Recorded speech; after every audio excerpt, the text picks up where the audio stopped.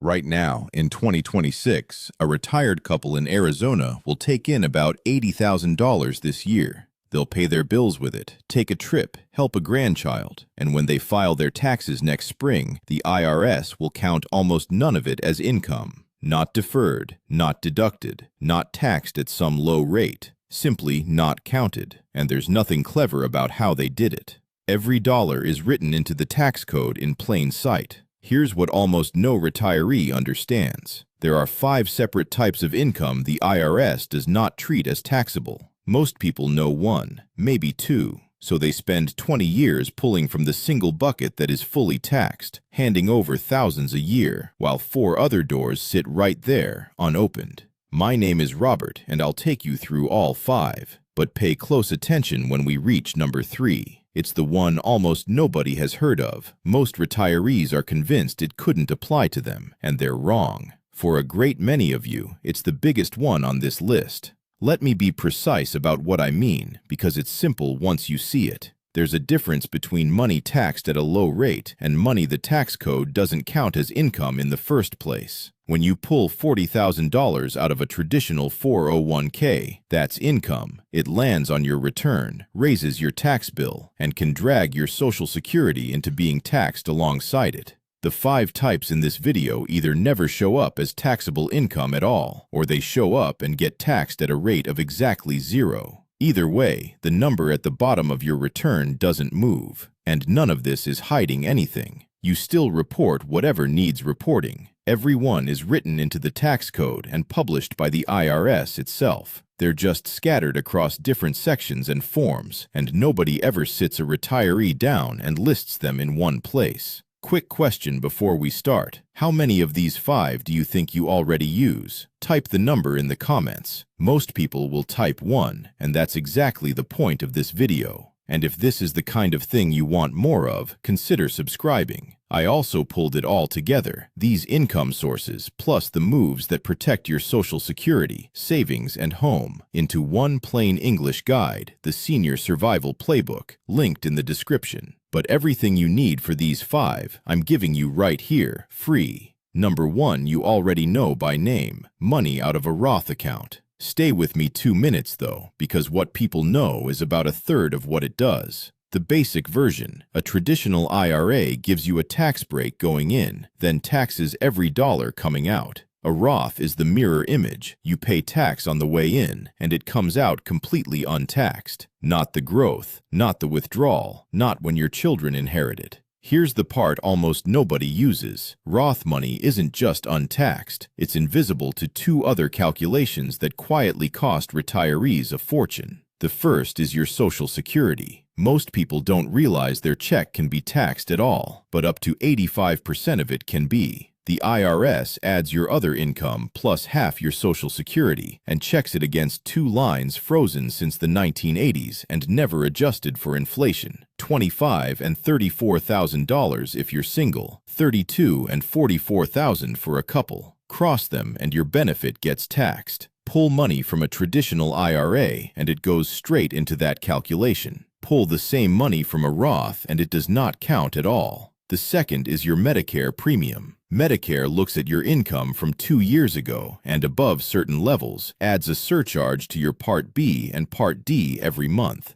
Traditional withdrawals count toward it. Roth withdrawals don't. So one Roth withdrawal does 3 things at once. It isn't taxed, it doesn't tax your Social Security, and it doesn't raise your Medicare bill. And a Roth never forces money out. No required withdrawals at 73, ever. Now, most of you are thinking everything you have is in traditional accounts. That's most people, which is why the real move happens in your lower income years, after you stop working but before Social Security or forced withdrawals begin. In those years, you can convert traditional money into a Roth, pay tax at a lower rate, and move it permanently into the untaxed column. Number 2 is money somebody gives you. And there's more confusion here than almost anywhere in the tax code. If someone gives you money, you owe 0 income tax on it, ever. $500 or $50,000, Receiving a gift is not taxable income to the recipient. That's Section 102 of the tax code, and it's not a gray area. So why does everyone think otherwise? Because of one number that gets repeated constantly and misunderstood almost every time: $19,000. In 2026, that's the annual gift exclusion, and people assume it means, I can only receive $19,000 or I'll be taxed. That is not what it means. That number has nothing to do with you as the receiver. It's a reporting threshold for the person doing the giving. Here's how it actually works. Anyone can give you up to $19,000 this year, and nobody files anything. If they give more, they still don't owe tax. They file a gift tax form, and the excess counts against their lifetime exemption. That exemption in 2026 is $15 million per person, $30 million for a couple. So unless the person giving you money has a $15 million estate, no gift tax is ever actually paid by anyone. It's a form, not a bill. It works both directions too. That $19,000 is per person per year, with no limit on how many people you give to. A married couple can give $19,000 each, $38,000 to a child, another $38,000 to a grandchild. Every year, no forms, no tax on either side. And there's an exception most people have never heard. If you pay someone's tuition or medical bills directly to the school or hospital, not to the person, there is no limit at all. It doesn't count against the $19,000, and it doesn't touch your lifetime exemption. You could pay a grandchild's entire college tuition, whatever it costs, completely outside the gift rules. The only condition is that the check goes straight to the institution. One honest guardrail. Gifts are invisible to the IRS, but not to Medicaid. If long-term care might be in your future, Medicaid looks back 5 years at money you gave away and can penalize you for it. The tax answer and the Medicaid answer are two different answers. Know both before you give away large amounts. Now, number 3. This is the one I told you about. Number 3 isn't an account you open. It's a rule that already exists in the tax code, that most retirees have never heard of, and that almost everyone assumes couldn't apply to them. There is a 0% tax bracket for investment profits. Let me say that again, because people don't believe it the first time. When you sell an investment you've held longer than a year, a stock, a fund, an ETF, and a regular brokerage account, the profit is a long-term capital gain, taxed at special rates. Everybody knows the 15% rate. What they don't know is there's a rate underneath it, a rate of 0, not deferred, not reduced, 0. Here are the exact 2026 numbers. If your taxable income, after your standard deduction, stays at or below $49,450 single or $98,900 married, your long-term capital gains are taxed at 0%. And here's why retirees are perfectly placed for this, and why that's only for poor people is exactly backwards. Think about who has a low reported investments but owns appreciated investments. It's retirees, especially in those early years after the paycheck stops, but before Social Security and forced withdrawals fill your income back up. Your taxable income can be remarkably low, and that creates room underneath the ceiling. Picture a couple, both 66, living on about $40,000 from a pension and some dividends. After their standard deduction, they're far below that $98,900 line, tens of thousands of dollars of room. So they sell stock they've held for years with a $60,000 gain inside it. That gain stacks on their income and still lands under the ceiling. They pay 0 federal tax on the entire $60,000 of profit, simply because they knew where the line was. And here's the move that turns this into something you repeat. After you sell, you can buy the exact same investment back the very next day. There's a rule called the wash sale rule that makes you wait 30 days, but it only applies to losses, not to gains. So you sell, rebuy immediately, and your cost basis resets at the higher price.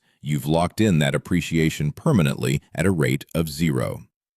Then, do it again in the next low-income year. 3 honest boundaries. The gain stacks on your other income, so the real question is, how much room is left after your Social Security, pension, and any withdrawals? Realizing a large gain raises your income, which can tax more of your Social Security or trigger a Medicare surcharge 2 years later, so don't blow past the line chasing it. And this is the federal rate. Your state may still tax the gain. None of those are reasons to skip it. They're reasons to run your numbers in the fall while you can still act. That's number 3. the kind of thing I walk through step by step in the playbook if you want the full picture. But let's keep going, because number 4 is the biggest single number in most people's lives. Number 4 is one of the largest tax breaks available to any American: the profit when you sell your home. Sell your primary residence, the home you actually live in, and you can exclude up to $250,000 of profit if you're single, $500,000 if you're married filing jointly. Not deferred, excluded. It never becomes taxable income at all. In real terms, say you bought decades ago for $60,000 and today it's worth $400,000. You sell. Your profit is $340,000, and under the $500,000 exclusion, every penny is tax-free. You walk away with the full amount and report nothing. The condition is straightforward. You must have owned the home and lived in it as your main home for at least 2 of the last 5 years, and those 2 years don't have to be consecutive. Now here's a correction that's actively costing people money. Many seniors think this is a once-in-a-lifetime break. Use it once and it's gone. That was true long ago, under an old rule for people over 55, and that rule was replaced in 1997. Today, it's reusable, generally once every 2 years, as long as you keep meeting the test. Don't let a rule that's been dead for nearly 30 years stop you from selling. 2 more things. For widows and widowers, if your spouse has passed and you sell within 2 years of their death and you haven't remarried, you can still claim the full $500,000 married exclusion instead of the single one. That window closes 2 years after the death, so timing matters. And here's why to dig out your old files. Money you spent improving the home gets added to what you paid for it. A new roof, an addition, a remodeled kitchen, each raises your basis, which shrinks your taxable profit if you ever go above the exclusion.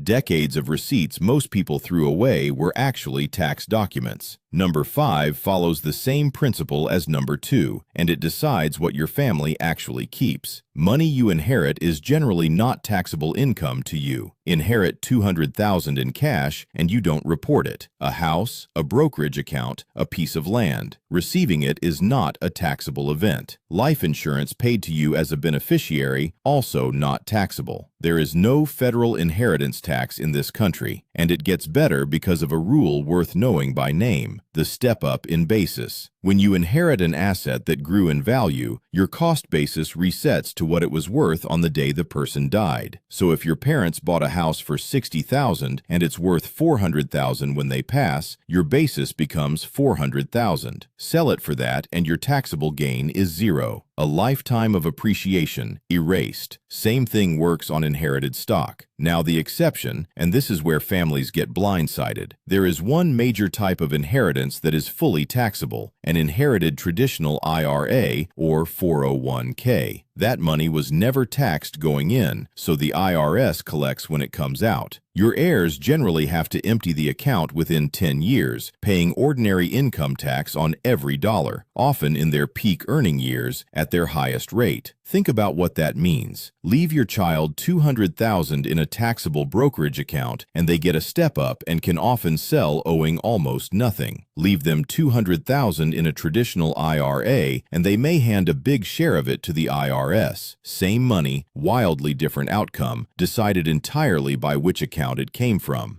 So which accounts you leave behind matters as much as how much. If you have both and you're charitably inclined, there's a clean move. Leave the traditional IRA to charity, which pays no tax on it, and leave the Roth and taxable accounts to your children. One state note: there's no federal inheritance tax, but 5 states have one: Kentucky, Maryland, Nebraska, New Jersey, and Pennsylvania. If that's you, check your state's rules, because the rate often depends on how closely related you were. So there they are: Roth withdrawals, invisible to your taxes, your Social Security, and your Medicare premium at once. Gifts you receive. The $19,000 is the giver's paperwork, not your limit. The 0% capital gains bracket. Up to $250,000 or $500,000 of profit on your home. Reusable, not once in a lifetime. And inheritances, with a step-up that erases a lifetime of gain. Remembering the inherited traditional IRA is the one exception. Not one is a trick or a loophole waiting to be closed. Every one is written into the tax code. They're just scattered, and nobody hands a retiree the complete list. That's the only reason most people know 1 and miss 4.